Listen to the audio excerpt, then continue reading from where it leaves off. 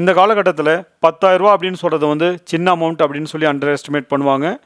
10,000 ரூபா உங்கள் கையில் இருக்குது, அதை வந்து ஒரு 5 வருஷத்துக்கு வந்து ஒன் டைம் இன்வெஸ்ட்மெண்ட் பண்ணுறீங்க அப்படின்னு சொன்னாக்கா ஆவரேஜாக உங்களுக்கு 15% ரிட்டர்ன் கிடைக்கிது அப்படின்னு சொன்னால் அப்ராக்சிமேட்டாக நீங்கள் வந்து அரௌண்ட் 20,000 கிட்ட வந்து உங்களுக்கு அது ரிட்டர்ன் கொடுக்கும். அதாவது டபுள் ஆகிறதுக்குரிய வாய்ப்புகள் இருக்கும். ஆனால் இதில் ட்விஸ்ட்டு என்ன அப்படின்னு பார்த்தோம்னாக்கா, நீங்கள் மாதம் ஒரு 10,000 ரூபா இன்வெஸ்ட் பண்ண தயாராக இருந்தீங்க அப்படின்னு சொன்னாக்கா 5 வருஷத்தில் நீங்கள் 6 லட்ச ரூபா இன்வெஸ்ட்மெண்ட் பண்ணியிருப்பீங்க. 15% ரிட்டர்ன் வந்து உங்களுக்கு ஆவரேஜாக கிடைக்கும் அப்படின்னு சொன்னாக்கா உங்களுடைய பணம் வந்து 8 to 9 லேக்ஸாக ஆகிறதுக்குரிய வாய்ப்புகள் இருக்குது.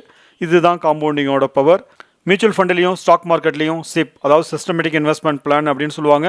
அதனுடைய பவரே என்ன அப்படின்னு பார்த்தோம்னாக்கா இந்த காம்பவுண்டிங், அதாவது உங்களுடைய இன்வெஸ்ட்மெண்ட்டால் வரக்கூடிய லாபத்தையும் திருப்பி இன்வெஸ்ட்மெண்ட் பண்ணி அதுவும் வந்து அந்த காம்பவுண்டாக க்ரோத் ஆகும். அதுதான் காம்பவுண்டிங்கோட பவர். இன்வெஸ்ட்மெண்ட்டை பொறுத்த வரைக்கும் அமௌண்ட் பெருசாக இருக்கணுன்ற அவசியம் இல்லை, கன்சிஸ்டன்சி தான் முக்கியம். கையில் 1000 தான் இருக்குது, 2000 தான் இருக்குது, 5000 தான் இருக்குது, 10,000 தான் இருக்குது, இதெல்லாம் சின்ன அமௌண்ட் அப்படின்னு அண்டர் எஸ்டிமேட் பண்ணி அதெல்லாம் இன்வெஸ்ட்மெண்ட் பண்ணாமல் இருக்காதீங்க. சின்ன அமௌண்ட்டு கூட நாளைக்கு வந்து லாங் டைம் இன்வெஸ்ட்மெண்ட்டில் போகும்போது பெரிய அமௌண்ட்டாக மாறும். சிறுதுளி டெஃபினட்டாக பெரு வெள்ளமாக மாறும். சுமார்ட்டாக கையில் இருக்கக்கூடிய சின்ன அமௌண்ட்டை கூட இப்போவே இன்வெஸ்ட்மெண்ட் பண்ண ஆரம்பிங்க. அது ஓவர் த பீரியட் வந்து ஒரு நல்ல ரிட்டர்ன் கொடுக்கும். இது மாதிரி யூஸ்ஃபுல்லான மார்க்கெட் அப்டேட்ஸ்க்கு நம்ம சேனலை வந்து ஃபாலோ பண்ணுங்கள், சப்ஸ்கிரைப் பண்ணுங்கள். தேங்க்யூ, பாய்.